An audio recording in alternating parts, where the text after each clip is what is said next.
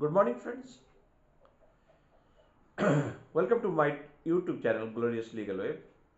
आइए हम लोग लीगल चर्चा में जुड़ते हैं। जैसा कि आप जानते हैं कि पिछला वीडियो में हम लोग पुलिस मैनुअल के ऊपर चर्चा किए थे। आज भी हम लोग पुलिस मैनुअल को ही कंटिन्यू करेंगे। तो आइए हम लोग देखते हैं कि relationship with the magistracy police work under the district. तो हमारे आप सब जानते हैं डिस्ट्रिक्ट के जो सर्व सर्वा होते हैं DM magistrate, district magistrate for law and order and investigates power exercise independently. और हमारे पुलिस के जो किसी डिस्ट्रिक्ट में पुलिस कप्तान होते हैं वह है एसपी, सुपरिटेंडेंट ऑफ पुलिस। तो किसी लॉ एंड ऑर्डर की मेंटेन करने के लिए हम लोग सीआरपीसी में सेक्शन 144 को काफी जिक्र करते हैं। सेक्शन 144 प्रिवेंटिव एक्शन और importance for a legal practice and especially the advocate and advocate perspective में हमारे एज एन एडवोकेट स्पेशली हमारे झारखंड हाई कोर्ट से related in the manual is useful. Number 1, challenging police action, illegal arrest, FIR refusal and procedural violence। चूंकि being advocate आप किसी भी legal यानी किसी भी केस को जब आप फाइट करते हैं, हम सब जब फाइट करते हैं तो हम लोग देखते हैं कि लॉ लैकुना क्या है, हमारे जो पुलिस कहाँ गलती किया है, प्रोसिक्यूशन जो अपनी कमजोर एविडेंस क्या है, इन सब बात को हम लोग लाते हैं और उसका फायदा लेकर हम लोग मान लिया जाए कि बेल ही के बारे में। तो सबसे पहले हम लोग कहते हैं कि क्या कहते हैं, इस केस जो है जनरल एंड ऑमनिबस एलिगेशन है, स्पेसिफिक नहीं है।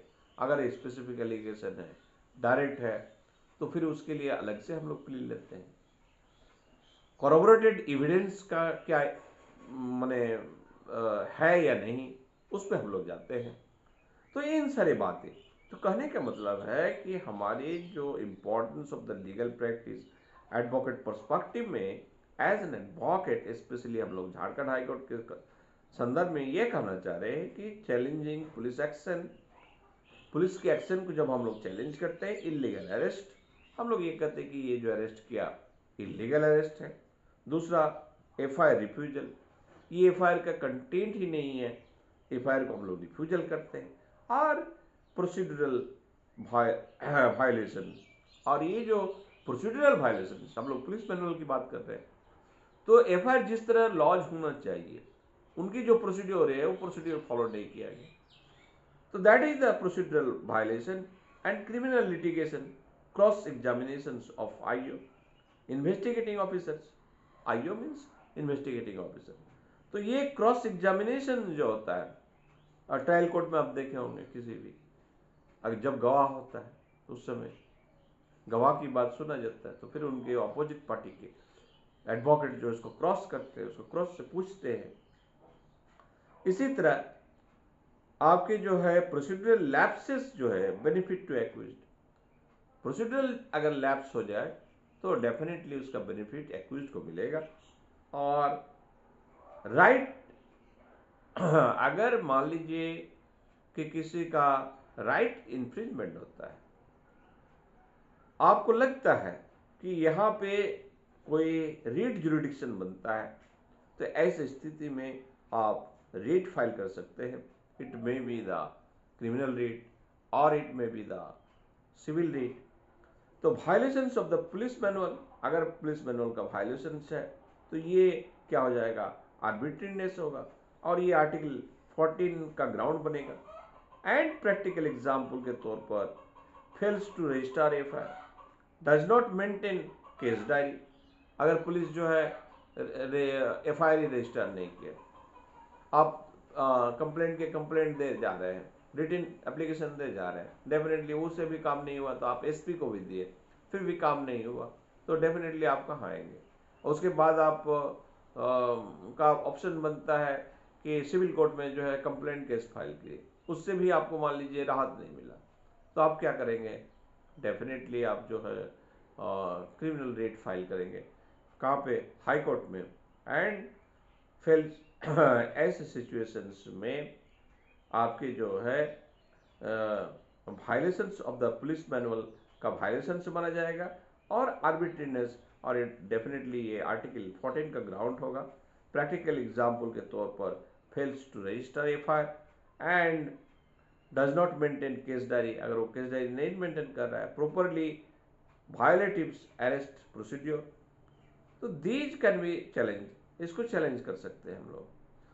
And using police manual provisions, और इसको कैसे चैलेंज करेंगे, पुलिस मैनुअल की प्रोविजंस को देखते हुए सीआरपीसी प्लस कॉन्स्टिट्यूशनल रेमेडीज, हमारे सीआरपीसी जो प्रोसीड्योर है उस प्रोसीड्योर फॉलो करते हुए और कॉन्स्टिट्यूशनल रेमेडीज को। Limitation of the police manual, it is subordinate legislations can not override, जैसे CrPC, IPC, BNS, constitutional rights. And lastly हम लोग कह सकते हैं कि Jharkhand police manual is not just a rule book, ये झारखंड पुलिस मैनुअल एक रूल बुक नहीं है, सिर्फ एक रूल बुक के काम नहीं करता, it is a complete operational code that ensure, ये कंप्लीट ऑपरेशनल कोड है जो इंश्योर करता है, क्या क्या इंश्योर करता है, number 1 accountability of police, police की अकाउंटेबिलिटी को। Number 2 protection of citizens rights, हमारे सिटीजन्स की राइट को प्रोटेक्शन करता है। And uniformity in law enforcement, हमारे लॉ इन्फोर्समेंट की यूनिफॉर्मिटी को। एंड जो है लास्टली हम लोग कह सकते हैं कि इन पीआईएल और क्रिमिनल मैटर्स लाइक क्या कहते हैं sitting police manual violations can strongly support arbitrary police action, failure of investigation, abuse of power, और इस तरह जो है क्या कहते हैं हम लोग जो है अपनी बात को, अपने आर्गूमेंट को कोर्ट में इन्हांस कर सकते हैं, जबकि हमें बढ़िया से पुलिस मैनुअल की नॉलेज हो, पुलिस मैनुअल, पुलिस प्रोसीड्योर की जो तरीका जो है हमको पता रहे। तो फ्रेंड्स, ये था हम लोग का झारखंड पुलिस मैनुअल के ऊपर चर्चा। इसके अलावा अगर आप देखेंगे कि Jharkhand police manual largely follows the old Bihar police manual 1978। 1978 की जो बिहार पुलिस मैनुअल है उसी का ही एक आपका झलक जो है हमारे झारखंड पुलिस मैनुअल में मिलेगा विथ स्टेट अमेंडमेंट, और जिसके लिए हम लोग स्टेट अमेंडमेंट किए।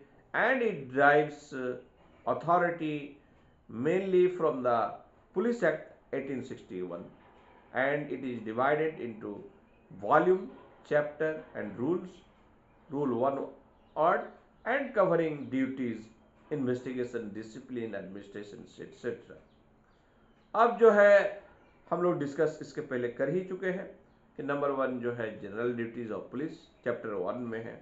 इसी तरह यूज क्या कहते हैं duties of the police officer as of all ranks chapter 2 है। इसी तरह आपके relations with magistracy and other department chapter 3 है। इसी तरह पुलिस स्टेशन सिस्टम चैप्टर 6 में है, और इस तरह जो है इंफॉर्मेशन एंड एफआईआर चैप्टर 8 में है। इसी तरह जो है इन्वेस्टिगेशन प्रोसीड्योर्स चैप्टर 9 में है। इसी तरह आपके अरेस्ट रूल्स जो है डिटेल्स में दिया गया है, एंड जिससे ह्यूमन राइट्स नॉर्म्स का भी जिक्र किया गया है। तो ये सारी चीज़ें जो है आपको पुलिस मैनुअल में मिलेगा। तो फ्रेंड्स, आज के वीडियो में इतना ही। अगर वीडियो अच्छा लगे तो वीडियो को शेयर करें, हमारे यूट्यूब चैनल को सब्सक्राइब करें। फिर मिलेंगे अगला वीडियो में, तब तक के लिए जय हिंद।